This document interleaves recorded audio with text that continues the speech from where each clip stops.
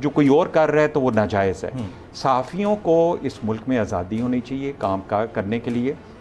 مجھے آپ کے پرٹیکولر کیس کا نہیں پتا, لیکن میں نے آپ کو بتایا ہے کہ میڈیا سے تعلق ہونے کی وجہ سے کوئی بھی صحافی چاہے وہ ہمارے حق میں بولتا ہے یا ہمارے خلاف بولتا ہے, اگر اس کے ساتھ کوئی بھی ایسا سلوک ہوتا ہے اس لیے کہ اس نے تنقید کی ہے, میں اس کو کنڈیم کرتا ہوں اور میں اس کو, مجھے ایک تکلیف ہوتی ہے اس میں, لیکن مجھے نہیں پتا کہ آپ کے کیس کے اندر اصل کیا صورتحال تھی, کس وجہ سے انہوں نے آپ کو کیا. اور یہ آپ بتائیں قوم کو کہ آپ کے ساتھ جو کیس تھا, یا جیسے آپ کے یہ لیگل ایکسپرٹ ہے, he should tell the nation. میں آپ کے ساتھ ڈیٹیل کہ بتائیں. اچھا فاشزم کو تھوڑا سا چلے جائیں, میں آپ کے ساتھ پرسنلی ابھی انہوں نے دیکھیں نا, عالیہ حمزہ صاحب نے کہا کہ صاحبہ نے کہا کہ جی کہ لوگوں کے گھروں میں چار دیواری, اور اس کا آپ دیکھیں کہ فاشزم کی اگر آپ نے اگزامپل دیکھنی ہے تو رانا ثناء اللہ کے ساتھ کیا کیا آپ نے, اس کے اوپر 12 کلو پتہ نہیں کتنی کلو ہیروئن کا مقدمہ اس کے اوپر ڈالا, اور اس کا کوئی ثبوت آج تک نہیں ملا. یہ ہم سوال بارہا کرتے رہے اور یہ ظلم انہوں نے کرتے رہے, اور اس کی آپ کو پتہ ہے کہ اس کی سزا کیا تھی, وہ سزائے موت تھی. اس شخص کو اگر آپ جس طریقے سے آپ نے اس کو پھنسایا تو وہ تو پھر گیا تھا نا, لیکن آپ اگر فاشزم کی بات کرتے ہیں, پھر اس کے بعد آپ نے جتنی ٹاپ لیڈرشپ تھی پی ایم ایل این کی, جتنی پیپلز پارٹی کی ٹاپ لیڈرشپ تھی, یہ سب جیلوں کے اندر تھے. آپ نے احتساب کے ادارے کو, اس کے چیئرمین کو آپ نے ایک ہوسٹیج کے طور پہ بنایا, ایک ویڈیو دکھا کے, کیونکہ اب وہ ویڈیو, اور اب وہ خاتون نے بتا دیا نا کہ اس میں سے ایک کلپ جو ہے وہ ایکسپلائٹیشن یا بلیک میلنگ کے لیے استعمال ہوا. کتنے دن اس عورت کو وہاں پہ رکھا گیا. فاشزم تو پھر یہ ہوا نا, آپ کو اگر دوسرے کا فاشزم یہ نظر آ رہا ہے, میں نے آپ کو اپنی اگزامپل دی ہے کہ مجھے آپ کے پروگرام میں پی ایم ایل این میں جمیل فاروقی کا کسی سیاسی لیڈر نے ذکر نہیں کیا, لیکن پی ٹی آئی کے اندر حامد میر ہو یا آسمہ شرازی ہو, طلعت حسین ہو, جو لوگ بھی ان کے خلاف بات کرتے تھے, اس کے بارے میں خود عمران خان انسٹرکشنز دیتے تھے کہ ان کے پروگرام میں نہیں جانا. عمران خان صاحب انسٹرکشن خود دیتے تھے, اور ان کا نام ان میٹنگ میں ہوتے تھے. بالکل, میں ایسی میٹنگ میں موجود ہوں. اگر یہ صحافت جو ہے, میں نے اس کا ایک نمونہ دیکھا ہے, میں آپ کو بتا رہا ہوں کہ میں آسمہ شرازی کے پروگرام میں جانے کے بعد جس مجھے تکلیف سے گزارا گیا, جس میرے سے ایکسپلینیشنز میرے اوپر کہ جی یہ کیوں آپ گئے, عالیہ کی طرف جاؤں گا, آپ کے پروگرام میں آیا ہوں, مجھے کسی نے نہیں پوچھنا, کسی نے آپ کا ذکر نہیں کیا. یہ ایک ڈفرنس ہے. اس پرائم منسٹر نے آج تک کسی صحافی کے بارے میں کوئی ایک لفظ نہیں کہا. کنڈیم تو کرتے ہیں. میں ان کے آپ کی گورنمنٹ کے ایمبٹ میں ہو رہا ہے نا مسئلہ سارا. آپ کی جگہ سے ایک بریک لیتا ہوں. خواتین و حضرات, ایک بریک لیتے ہیں, بریک پہ آئیں گے. عالیہ صاحبہ سے میں اس کے اوپر رسپانس ضرور لینا ہے, لیکن اس سے پہلے میاں علی اشفاق صاحب سے لیگل میں پوائنٹ یہ جاننا چاہوں گا کہ کسی کے بلانگنگز, خاص طور پر رائٹ ٹو پرائیویسی اور رائٹ ٹو انفارمیشن کی جو ایکسیس کسی بھی ہیومن کا بنیادی حق ہوتا ہے, اس سے اس کو دور کر دینا, یہ کتنا بڑا المیہ ہے. After this break.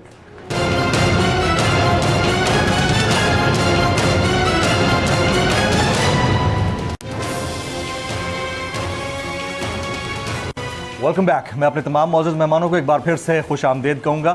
ایڈوکیٹ میاں علی اشفاق صاحب ساتھ موجود ہیں. میاں صاحب, موبائل فونز لے لینا, لیپ ٹاپس لے لینا, شناختی کارڈ, پاسپورٹ تک لے لینا, اور اس کے بعد ایکسیس تک چھین لینا, پاسورڈ تک لے لینا, یہ اور ڈیجیٹل میڈیا پورٹلز کی تمام چیزیں اپنے قبضے میں لے لینا اور کئی مہینے تک بندے کو اس سے دور رکھنا, اس کے اوپر لا کیا کہتا ہے سر؟ تازہ مثال جو ہے وہ بیرسٹر سیف اللہ نیازی صاحب کی ہے. جی سینیٹر سیف اللہ نیازی. رائٹ. سو بیسکلی جمیل صاحب, ایف آئی اے کا پروسیجر میں آپ کو جو بتا دیتا ہوں اور پھر لاء بتا دیتا ہوں کہ کیا کہتا ہے. سر, ایف آئی اے میں کوئی بھی شخص اگر F I A on its own motion کوئی کاگنیزنس لے کسی میٹر کی, یا ایف آئی اے کے پاس کوئی فارمل کمپلینٹ فائل ہو کسی بھی انڈیویجول یا نان انڈیویجول کی طرف سے, ایف آئی اے سب سے پہلے اس کی کمپلینٹ ویریفیکیشن کرتا ہے, اس کے بعد اس کی انیشیل انکوائری کرتا ہے, یعنی کہ دیکھتا ہے کہ انیشیل انکوائری میں کسی بھی شخص کے خلاف پرائما فیشی یہ مٹیریل اویلیبل ہے کہ اس انیشیل انکوائری کو ریگولر انکوائری میں کنورٹ کیا جائے, اور ریگولر انکوائری میں کنورٹ کرنے سے پہلے وہ اپنے لیگل ڈپارٹمنٹ سے اس کا اوپینین سارٹ کرتا ہے کہ وہ مٹیریل کی کوالٹی ایسی ہے کہ اس کو آگے معاملے کو بڑھایا جائے. جس وقت وہ پروسیس جاتا ہے ریگولر انکوائری کے زمرے میں تو ریگولر انکوائری میں دوسرا فریق جس کے اوپر کوئی مٹیریل گیدر کیا ہوتا ہے اس کو صفائی کا موقع دیا جاتا ہے اور وہ پروسیس آف ریگولر انکوائری کے دوران وہ شخص جس پر الزام لگا ہوتا ہے یا پاسبلی جو سا ہے وہ اس کو امپلیکیٹ کیا جانا ہوتا ہے یا اس معاملے کی تحقیقات کرنی ہوتی ہے, یعنی کہ any person who is supposed to be acquainted with well versed with the facts and circumstances of that particular transaction اس کو بلایا جاتا ہے. وہ شخص آتا ہے, اپنی صفائی دیتا ہے. اگر وہ اپنی مٹیریل پہ الزام پہ صفائی نہیں ہوتی, قانون میں الزام کی سپورٹ میں اگر کوئی مٹیریل سامنے لایا جائے تو صفائی مٹیریل کی لی جاتی ہے, الزام کی نہیں لی جاتی. اگر وہ اپنا پروبیبلٹی جو سا ہے اپنے کیس کی اس کا سالڈ ڈیفنس پریزنٹ نہیں کر پاتا تو ایف آئی اے پھر کنسیڈر کرتی ہے کہ اس ریگولر انکوائری کو فردر لیگل اوپینین لے کے جو کمپیٹنٹ اتھارٹی ہے which is the director of the F I A for the registration of N F I R, اس کے پاس وہ ایک پورا بورڈ بیٹھتا ہے ایف آئی اے کا اور وہ اس کیس کو اپروو کرتا ہے جس کے بعد مقدمہ درج کیا جاتا ہے.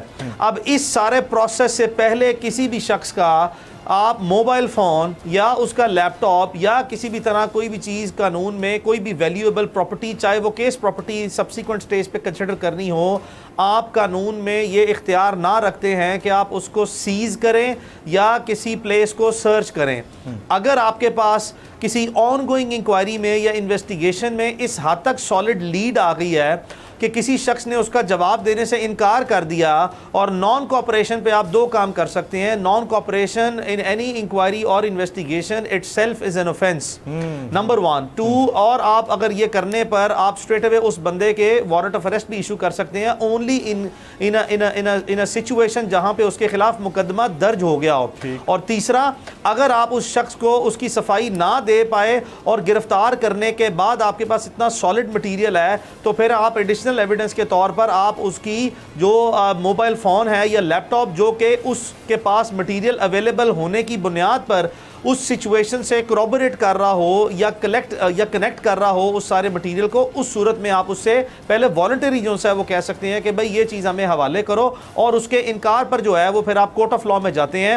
اور یہ جو تمام مٹیریل آپ نے مقدمہ درج کرنے کے بعد اس شخص کو یا اس کی جو چیز آپ نے اس سے لینی ہے, سے فار ایگزامپل موبائل فون یا اس کا لیپ ٹاپ یا کوئی اور ایسی چیز جو کہ اس مقدمے سے منسلک ہو, اس کی کورٹ آف لا سے آپ پرمیشن سیک کریں گے. اینڈ سبسیکوینٹلی, اور میں پھر کہہ رہا ہوں اس میں امپورٹنٹ چیز یہ ہے کہ جس شخص سے آپ نے یہ چیزیں لینی ہوں اس سے آپ نے پہلے یہ تمام چیزیں اس کا تقاضا کیا ہو کہ دے, اور اگر اس کو آپ کنسیڈر کر رہے ہیں as a valuable piece of material یا ایویڈنس اس شخص کی مقدمے کے ساتھ کنیکٹ کرنے کے لیے, تو آپ پھر کورٹ آف لا میں جا کے اس ٹینجیبل مٹیریل کو رکھ کے آپ اس کی اجازت لیں گے, اور سبسیکوینٹ سٹیج پہ پھر آپ اس سے یہ چیزیں لے سکتے ہیں. اور اس کے لیے بھی بڑا امپورٹنٹ پروسیس ہے, یہ بہت امپورٹنٹ پوائنٹ ہے. اب ہو یہ رہا ہے کہ ایف آئی اے اگر کسی شخص سے لیپ ٹاپ لے لے اور موبائل فون لے لے تو اس شخص کے پاس اب کوئی یہ صفائی کا موقع نہیں رہے گا کہ جس وقت آپ نے میرے سے یہ چیزیں قبضے میں لی تھی تو میرے موبائل فون میں یا میرے لیپ ٹاپ میں کوئی بھی ڈیٹا جو ان کو چاہیے یا جس کی بیسس میں انہوں نے پروو کرنا ہے وہ تھا یا نہیں تھا. یعنی کہ اگر میرے موبائل فون یا میرے لیپ ٹاپ کو جو سا میں ایف آئی اے کے حوالے کر دوں تو اب ٹیکنالوجی اس لیول پہ ہے کہ وہ جو چاہیں جیسے چاہیں اس میں سٹور کر دیں, اور اسٹریٹ اوے جو سا ہے ان کا انٹرنل فورنزک ڈپارٹمنٹ جو ہے وہ ایف آئی اے کا اس کی کوئی تھرڈ پارٹی انڈیپینڈنٹ جو سا ہے وہ رپورٹ نہیں آتی. یعنی کہ ایف آئی اے کے اندر ہی جو سا ادارے نے اپنا ایک فورنزک جو ڈپارٹمنٹ ہے وہ بنا لیا, وچ از اے رانگ تھنگ. کسی بھی ادارے کے پاس کوئی ایسا اختیار نہیں ہونا چاہیے کہ وہ اپنی فورنزک لیب سیٹ اپ کرے پاکستان میں, جس طرح کہ ماضی میں ہم نے دیکھا کہ گورنمنٹ آف بالکل ٹھیک ہے. اور علی اشفاق صاحب اس میں ایک پوائنٹ ایک اور یہ بھی ہے کہ جو بھی چیزیں ان کے پاس آ جاتی ہیں قبضے کے اندر, اب تو ایسے ایسے سافٹ ویئرز موجود ہیں کہ وہ بیک ڈیٹس میں آپ کو چیزیں شو کر رہے ہوتے ہیں. ڈیٹا آپ آج ڈالیں, آج سے 10 سال پیچھے کی ڈیٹ میں دکھائے گا. جی بالکل, بڑا ویلڈ پوائنٹ تھا. میرے پاس ٹائم کی تھوڑی سی مائی پوائنٹ ہے. جی کوئکلی کہہ دیجیے گا. سو اس بیسس پر یہ فیئر ٹرائل جو ہے نا وہ ہم کنسیڈر نہیں کر سکتے. ایف آئی اے کو آج ہی کیوں ایسے سارے کام یاد آ رہے ہیں. چلے میں ایک منٹ کے لیے تصور بھی کر لوں کہ یہ بونافائڈ پروسیڈنگ ہے, تو یہ بونافائڈ پروسیڈنگ بھی جو ہے وہ ٹارگیٹڈ لوگوں کے خلاف نظر آ رہی ہے. میں اسی لیے یہ پوائنٹ میک کرنا چاہتا تھا کہ کسی بھی حکومتی شخصیت کے سے اس کا موبائل فون یا لیپ ٹاپ لے لیا جائے تو آپ یقین کریں اگر ایف آئی اے چاہے تو کچھ بھی ایسا کیس بنا سکتا ہے جو کہ آپ تصور بھی نہیں کر سکتے. تو یہ جو رائٹ آف پرائیویسی ہے نا میاں صاحب ساتھ رہیے گا. سیریس لیول پہ اس کو بلیٹنٹلی وائلیٹ کیا جا رہا ہے. It is breached at the very very serious level, back and forth you know through certain cases.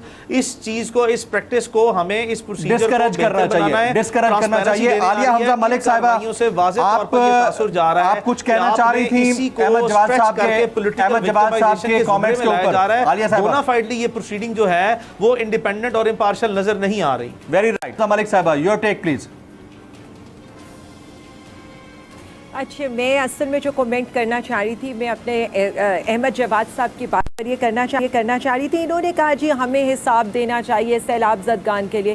میرا تو سوال ہے, آج ان کے وزیر اعظم کی سٹیٹمنٹس پہ ان سے پوچھ لیں کہ اگر ہم کسی ملک کے پاس بھی جاتے ہیں تو ان کو یہ لگتا ہے کہ ہم مانگنے آئے ہیں, ہم ان کو فون کرتے ہیں تو انہیں لگتا ہے ہم مانگنے آئے ہیں. یعنی کوئی ملک بھی ان کے اوپر تو ٹرسٹ کرنے کے لیے تیار ہی نہیں ہے.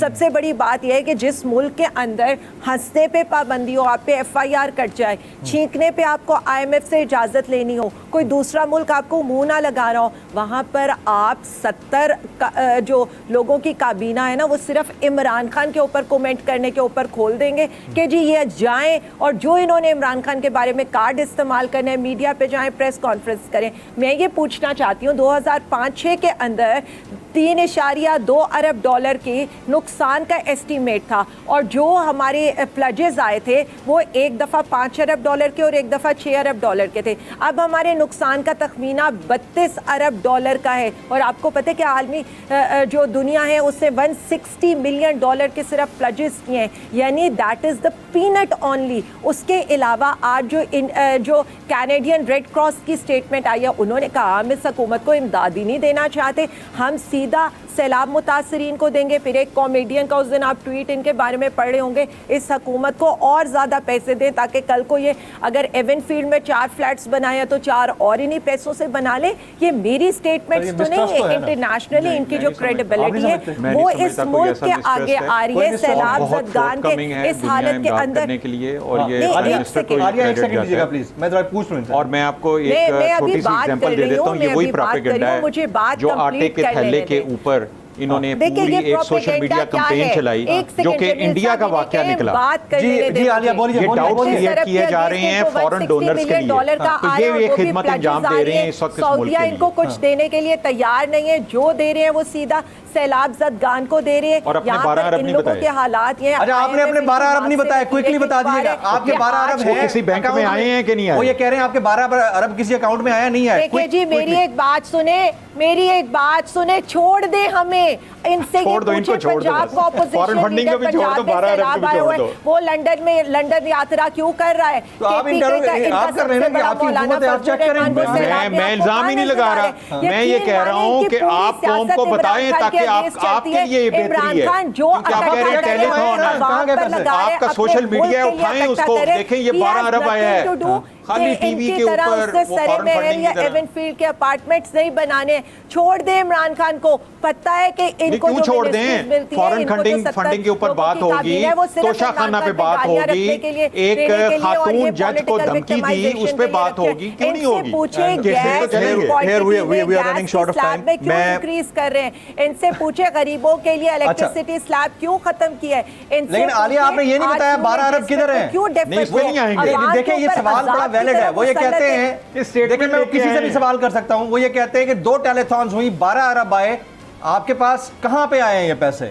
وہ بات ان کی ٹھیک ہے, بوریوں میں آئے ہیں. جمیل صاحب دیکھیں میری ایک بات سن لیں, ہم آلریڈی یہ وہ سوال ہے ان کے پاس حکومت ہے, جا کر جتنا مرضی انہوں نے کرنے نہ جا کے چیک کریں. کوسچن حکومت پہ ہم نہیں کرنا,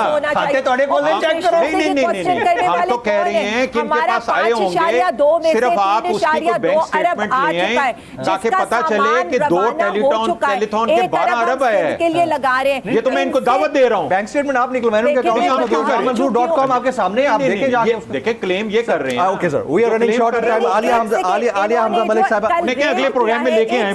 اگلے پروگرام میں عالیہ, اگلے پروگرام میں آپ سے میں اسٹیٹمنٹ مانگ لیتا ہوں اور آپ سے میں جواب مانگ لیتا ہوں. اگلے ہفتے اگلے پروگرام میں آپ سے اسٹیٹمنٹ, آپ سے جواب. Sir I am running short of time. Aliya, میں عوام Aliya I am running short of time. Thank you very much, thank you very much for being with us. Aliya Hamza, Mian Ali Ashfaq صاحب پاکستان کے ایک بہترین ایڈوکیٹ,